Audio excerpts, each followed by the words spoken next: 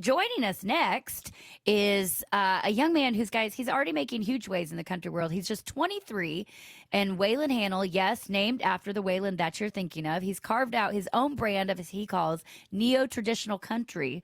We're going to ask him what that means to him, because I think that means something a little different to a couple different people based on who you ask. We're going to see what it means to him. I love this word, Jim. You know, I love the word grit. He's got an outlaw grit, but also he's got bluesy undertones. He's got these straight shooter lyrics for a young boy living in an old soul world. And he feels vintage and yet brand new at the same time, is what I'm going to say after listening to his music quite a bit. He's opened shows for heavyweights like, of course, Trace Adkins, Travis Tritt, Ashley McBride, Chris Cagle, Walker Hayes. You've heard of him. Put out a couple EPs, but his new single called Tow Truck Driver, which obviously is going to appeal to our audience, is turning heads for its humor and its heart. He's straight out of Millington, Michigan, and now calling Nashville home. Please make welcome to the show our new friend and yours, Mr. Waylon Hanel on Road Gag Radio. Good morning. Good morning. Thank you guys so much for having me on today. Good morning. Did I get that right? You live in Nashville now, right? So we actually commute from Michigan to Nashville quite often. Whoa. I would assume that it's my second home by now. But no, I live full-time up in Michigan touring around, but we get down to the South quite often. Well, yes, I hear it now in your voice. But you will, then our audience will identify someone who makes his quote-unquote commute from Michigan to Nashville every day. That's not a 30-minute drive. No, it's not. But, you know, it's been doing this thing for a while now, and to me it's just a hop, skip, and a jump down there. And it's so cool that you get to go to Music City, and it's truly you know why they got their name. There's music all around, and it's so cool to be able to talk to people like you guys, the songwriters, the club owners, the studios. This whole business is a trip, and I can't wait to jump back on the train and get some more music out there. I love you said this whole business is a trip, because that is both, a metaphorical way of using that word and the actual literal way of using that word. I don't know if you realize this, Lindsay. He has the exact opposite direction of our good friend Touchdown Tara Turtle. Our associate producer and go-to gal actually does the exact opposite. She lives down in Clarksville, Tennessee, and she literally on a regular basis drives back and forth to Michigan. So she makes her way to the region of the school up north. I'm going to leave that right there, Waylon. I'm not involved in that fight. But I wanted to ask you, because there's a lot of material here that I really dig. But your voice, hearing your actual voice, actually makes me really happy. Because if you guys haven't got a chance to listen to Waylon yet, for 23 years old, I literally, Lindsay, the first time I listened to this, I went, "This guy's 23." Because, man, oh, man, I have to ask you when you started singing and when you found that particular voice. I don't think it's a mimic or an impersonation, but I'm just kind of curious when you realized this is the place that my voice should be, this is where it should sing from. Was it listening to other people who gave you permission to do that, or was it just something you discovered by just kind of playing around and figuring it out? And do you get my question, Waylon? Oh, yeah, definitely, brother. You know, it's a lot of people definitely have influenced me, you know, the greats and some of my favorites. Of course, Waylon Jennings, the gentleman that I was lucky enough to be named from. Thank you very much. Shout out to Heidi and Jason Hanel, my mom and dad. Shout out. But, but definitely the singers like Waylon Jennings, Keith Whitley, Johnny Cash, Ronnie Millsap, definitely, Leonard Skinner, Tom Petty, all that good stuff. And I'll be honest with you guys. I've never had a guitar lesson. I've never had a singing lesson in my life. I just taught myself how to play. I got my first guitar when I was 15 years old for Christmas, and I'm actually surprised that Mom and Dad got me it, because I broke everything I touched. So for them to go out and buy this expensive instrument, it was kind of a shocker. So I made sure to take care of it, and I still have it at the house, and I play it every day. And been fortunate enough to write a lot of songs on that guitar. But anyhow, it was kind of cool teaching myself how to play and sing, because one, if anybody teaches themselves how to do anything, they learn all the wrong stuff first. And it's kind of nice when you do it yourself. You don't have anybody over your shoulder yelling at you saying, "Don't do it this way." So you get to pick and choose exactly how you want to do stuff, and you can take as much time as you want.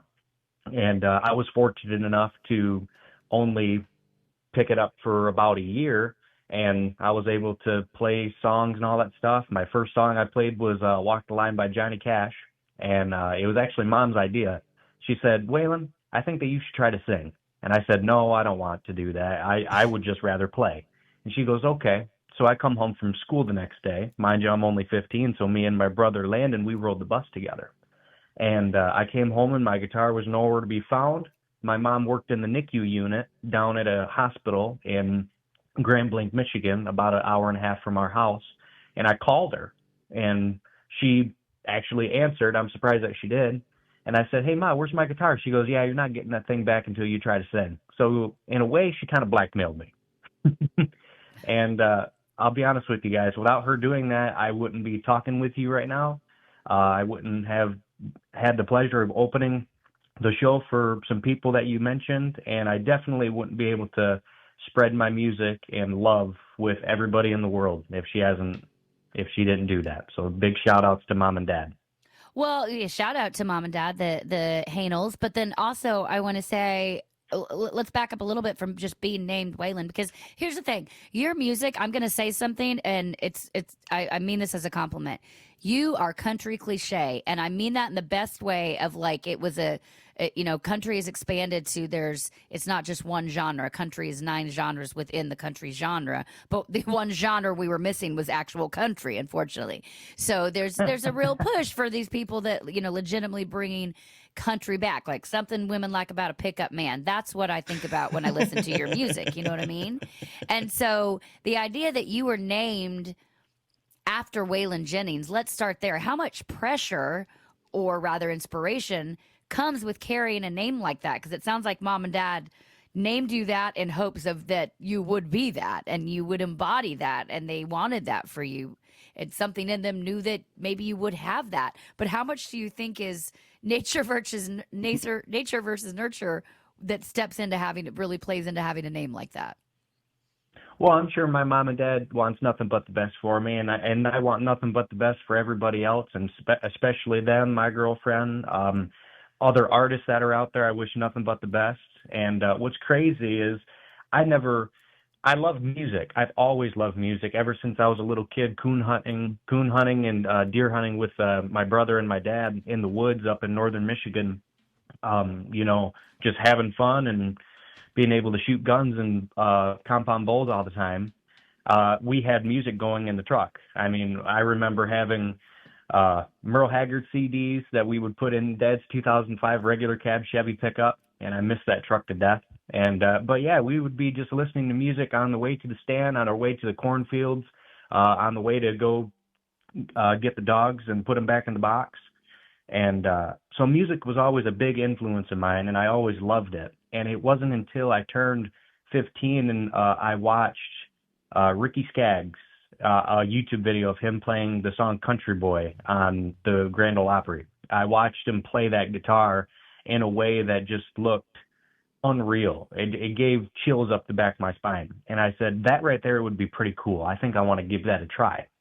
And that kind of right there is what spiked my whole interest in playing guitar and music to the next degree. So definitely, with the name Waylon, at first I was just wanting to be a carpenter, just like Dad. I wanted to just go hunting on the weekends and be a carpenter and pay my dues. But after picking that guitar up and playing some shows and seeing people's smiles and being, fortunate enough for them to occasionally spend some money for a concert ticket to come and watch me, I said, I think there might be something here. I'm gonna really try to pursue this in a professional way. And so far, I've been very lucky, and I just hope my luck doesn't run out anytime soon. There's something interesting here, by the way. Once again, Lindsay said country cliche, cliched country, and this is something else I'm going to... In a good way. I mean it in a good way. No, I'm actually, what I'm also saying, I'm just reminding Wayne. Yeah, Waylon. But I'm also getting to the same kind of point. I want to make sure that he takes this the same way, too. And by the way, I'm not being like, oh, you're so young. I don't believe in that. There are people who come out of the womb ready to rock and roll. It's interesting, too, though, because what was the phrase, neoclassical country? Is that what that's what we said earlier on? correct, Wayne? Neo-traditional country is what I've Neo-traditional heard you country. say, yeah. And in some ways there is a studied element to this. I don't mean calculated. I want to make sure I'm really clear on that difference between studied and calculated. And it seems that you've given yourself throughout your life, the time that you've actually spent on your career and on your craft, that you really are a student of this stuff as well too. That you spend time watching the greats. That you actually go back in time to kind of look at older things. I have a friend of mine who's a stand-up comic, Lindsay, who actually watches comedians from the '60s and models himself off of them because it's so old it seems new again. And I'm wondering, and by the way, there's no wrong answer here. Have you put any thought into that? The idea that I'm going to look really long and hard at these things that I love and try to kind of not replicate, but emulate this stuff to kind of capture something from the past to bring it into the present? And am I making sense, Waylon? Oh, absolutely, brother. No, I totally get that question, and I agree with you. Yeah, of course, I'm trying to bring back the real country music. Like you guys said earlier, there's a bunch of different categories nowadays, and the one that's missing is the truth, the real truth-telling, storytelling country music, and that's the reason that I put out the songs the way that I put them out. The reason why I write the songs the way I write them, and this one was actually written by Bernie Nelson and Andy Brockdorf, and Andy is a combat veteran in northern Michigan and right in Coleman. And this is a true story about his life. And I was so fortunate and blessed to call this song my own. And I can't wait to actually meet Andy and shake his hand and tell him what an incredible storyteller he was, as well as Bernie. And but yeah, man, it's the neo-traditional country music. A buddy of mine named Jason Ashcraft, he came up with that. And I actually had to ask him what it meant. He said, well, you're using your modern equipment. Like, okay, yeah, because we're not using tapes no more. We're not using all that kind of stuff. I said, yeah, it's all like the computer stuff. And he's like, yeah, so that's all it is. You're using your modern technology with the older sound. I said, oh, okay, well, that makes sense. So that right there is the reason why we threw the neo-traditional country music in there. I had to get used to it for a minute, but I feel like once I explain it to people, they understand it. But going back to your original question, of course I'm trying to bring back that good music because it's, like you guys said, it's been missing for a long time. And to bring back the old way it's a really good, not just appreciation of it, but if you don't understand how to do things the way that they used to be done, you don't really understand the whole point of the business and the whole point of music. It's so cool to be able to go back and watch Hank Williams, Hank Snow, Ernest Tubb, Mel Tillis, all them older guys, Johnny Horton, and watch the way that they sang and the way that they toured, anything from interviews. If you watch them, you can learn from it. You know what I mean? It's like watching Larry Hahn, that carpenter back in the 80s and 60s. If you learn how to do it the old way, you have a better understanding and appreciation of it. And then if you want to do it your new school way, like we are now, you understand exactly how everything comes full circle and why they came up with the new equipment, why everything works the way it does. It's just a big appreciation, learning it the old way first, and then maybe doing it the new way.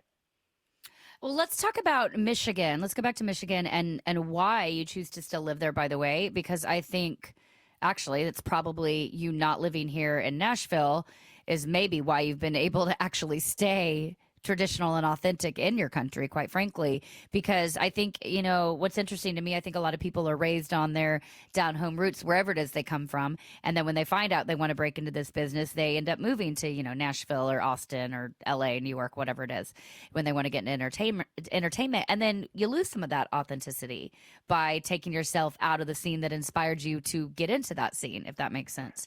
So does that play any part in why I know you come back and forth here and spend a lot of time, but the easy hard thing or the hard easy thing, however you want to look at it, might be just to pack up and come to Music City. But I'd venture a guess that you're able to still stand out because you're making a name for yourself in your hometown and which helps that. So just answer, because then I want to talk about it from a social media standpoint, but we'll get back to that.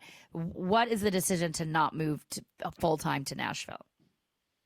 Well, I guess the biggest reason is me and the girlfriend, we just purchased a house together up here in Michigan, That'll do it. trying to start our There life it as is. well.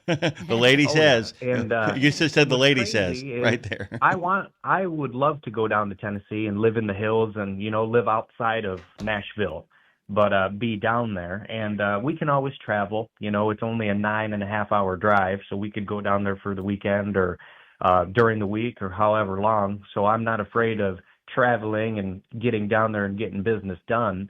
But all my family's up here, so to make the commitment and go down there without being married and all that kind of stuff, I want to make sure I have all my ducks in a row with the people in my life that I love the most. And I love music to death. I want it to stay with me throughout my whole life and throughout my parents' life, my whole family's life. And I just want to make sure that everything is going to be perfect. And I'm not that guy who is a perfectionist, but when it comes to family, I want everything to be great. And Jim, he's speaking our listeners' language by saying it's just a 9.5 hour drive. So I mean it's nothing. It's nothing. It's true. To me it is, Maybe you could get your CDL for the when you're off the road, get back on the road. I don't know. But Jim, it's funny because it really phone number out and I can get it. Okay, perfect. No, but it's true. That's something which most people will be like, oh God, it's a 9-hour drive. But both Waylon and our truck driving audience know that that's nothing. That literally is a blink of an eye. I wanted to ask you. Absolutely, man. When you're doing what you love, time, fuel, and money, that's not really an option, because if you love what you do so much, there's nothing that's going to stop you from doing that thing. And music is that thing for me. And I will drive to the end of the earth to play a writer's round for a few songs if I had to, because that's how much I love what I do. And hopefully people that you're going to show my music to on your guys' awesome radio show can hear that in my songs, because it's true. I wanted to talk to you a little bit about figuring stuff out, getting ready to play, the moments of the in-between. 9.5 hours is not only a hop, skip, and a jump for our listeners. And I wanted to kind of set the stage here, because the way this show is kind of put together, the way Lindsay and I conceived it is, the first 2 hours before you joined us were kind of spent talking to truckers about making a living out there on the road. The second 2 hours are about making a life. And I was just kind of curious, in that 9 hours of that drive, what are they like for you from both a conversational and a creative standpoint? I mean, are there places you stop and eat? Are there things you look forward to seeing? Kind of take us through that drive, and where do you find the time to think about what your next creative project is? Absolutely. Well, the biggest thing is paying attention through Kentucky, because there's a lot of potholes down there. But anyway, that's just kind of the funny part about it. But definitely, thinking about songs that I've recorded, just thinking about everything that I've done on the way down there. And it's kind of weird. As soon as I cross the Ohio line and get into Kentucky, and I can start seeing, the trees are getting a little greener, in the wintertime, because it's not as bad down there. And things are just starting to brighten up a little bit. And it reminds me, like, okay, I'm almost to Music City. I'm doing the same drive that Jamie Johnson does, Cody Jinks does, Cody Johnson, Waylon Jennings. I'm doing the same drive on the same freeway that all these guys have played throughout all these decades. And I'm doing the same thing. And it really sets my mind back on, I guarantee this is exactly what they were thinking about Hank Snow and Mel Tillis, all that good stuff. So it's pretty cool to, be in the seat of your truck and thinking about that. And that's how I've came to write a lot of songs and have some ideas, and definitely calling the girlfriend so she doesn't get mad at me. And Also, just making smart sure man. that I can talk to her. Oh, yeah. But it's crazy to think how much history has been on that freeway, and that I get to be a part of that history and showcase my songs for everybody out there to listen to. Let's see your range, Waylon. Tell us who's a band or a genre, something that doesn't fall into the inspiration of country music. Who's somebody like hardcore gangster rap? Is it your bag or not? What's something outside of this vein that lights you up when you're driving to listen to? I turn on Disco Inferno by the Tramps every day of my life. Do you really? Like every morning Oh, that I starts your love day? disco music. I love disco music. Seriously, the Johnson Brothers, the Tramps, all that good stuff, man. That funky music. It's stuff that moves you, and that's what I really like about uh, country. Because if you put a certain four on the floor beat to it, and make that guitar just snap back and talk, and the bass is thumping right through the amp, and you can feel it in your chest, like, oh man, that right there is what gets me every time. Are And you? that's why I love that type of music. Well, you're clearly not actually 23. This is clearly a bit, right? Because this is a lie, I assume. But do your friends listen to the same stuff, or do your friends and family think you're an old soul as well? The family does. They definitely listen to the same stuff because that's what I grew up listening to. So it's always cool to, when we have family over for a cookout, when we get the time, if I'm not playing a show, of course, we turn that stuff on, and it's always funny because the girlfriend's in the corner videoing me, making fun of me. But that's one thing. I just have fun, and I just like to party. Yeah, buddy. He just likes to But party, yeah, Jim. definitely that disco has an influence on me. I love that. I love Okay, that. so and by the way, what we're doing here, by the way, is we're talking about what you're listening to, who you're calling, what you're kind of soaking in, the world around you as you kind of get to Nashville. Talk about what's next for you. Talk about where you're playing next, where the world is taking you next, and what the plans are for the next year or so. We don't want to look too much further than that because you got your whole life ahead of you, and today, Because the world could end. yeah, Oh no. the Dark, the sorry. world is fraught enough without having to make 5-year plans. That's for Chairman Mao. It's not for Waylon. Talk to us a little bit about where you're going, literally where you're going next, and where that's taking you. Absolutely. So the rest of this short summer that's winding down and into the fall, most of my shows are in Michigan for now because we talked about, being from here and commuting to Nashville. Most of my shows are in Michigan, but I do have a few that are coming up outside of town. I believe me and the family are going to Arizona for New Year's, so I'll be able to be playing out there. I just had Way a better band to put be in together up here. Arizona on New Year's than in Michigan in January. Let's just say that Oh, real quick. absolutely. I've always wanted to sing Oceanfront Property in Arizona, so I think this right here might be my time to shine. That's But awesome. yeah, playing out there, hopefully playing in Florida, of course, in Nashville in the wintertime, playing all over. But if anybody gets bored and wants to look me up, you can always go to my social medias. It's Waylon Hanel Music, Waylon, last name Hanel, Hanel Music. And that goes for the TikTok, Instagram, Facebook, all that good stuff. And if you just want to type that name in without the word music, you can listen to all my music on the digital streaming platforms, your Spotify, your Apple Music, Pandora, all that good stuff. And but yeah, and I have a website, waylonhanel.com, and you can see all my shows right on that website if you wanted to go there. We post my shows monthly. We post my whole summer schedule in the beginning of summer on the Facebook, Instagram, and all that good stuff. And if you guys were ever up north or you guys want to see me down south, just contact me, let me know, and I can try to make something happen for you. Perfect. Waylon Hanel.com, Hanel.com. Quick lightning round before we lose you, brother, to use your lingo. Your dream duet partner that's still living. Ooh, dream duet partner. Oh my gosh, man, you guys really put me on the spot. I know. Definitely, there's a woman out there that I really enjoy listening to. I believe that she's an independent. Her name's Molly Tuttle, Oh, and yeah, she's dude. a great bluegrass singer. I really love her voice. Definitely for her, I would do Molly Tuttle for the female. For a male, I have to go Willie Nelson. Yeah, well, yeah, obviously. You got to get on that one. I think pretty he's quick. been listening to our show, Lindsay. I Yeah, think he he's been gets listening. it. I mean, you He know, gets I the think vibe. I think he kind of gets it. By the way, the new old outlaw has joined us. See what I did there? The new old outlaw, Waylon Hanel, has joined us. It's really good to have you, sir. I have a quote for you from Ernest Hemingway. Michigan was wild, a frontier in his mind. It had Native Americans in it, lumberjacks. It was an adventurous place. It's also got Waylon coming from it. Thank you so much for spending your time with us, brother. That's it. We're out of time, Lindsay. I know. Oh man, good to talk to you. Let us know when you get to Nashville. Absolutely. I can't wait to have a beer with you guys and Let's show do you it. guys some more stuff.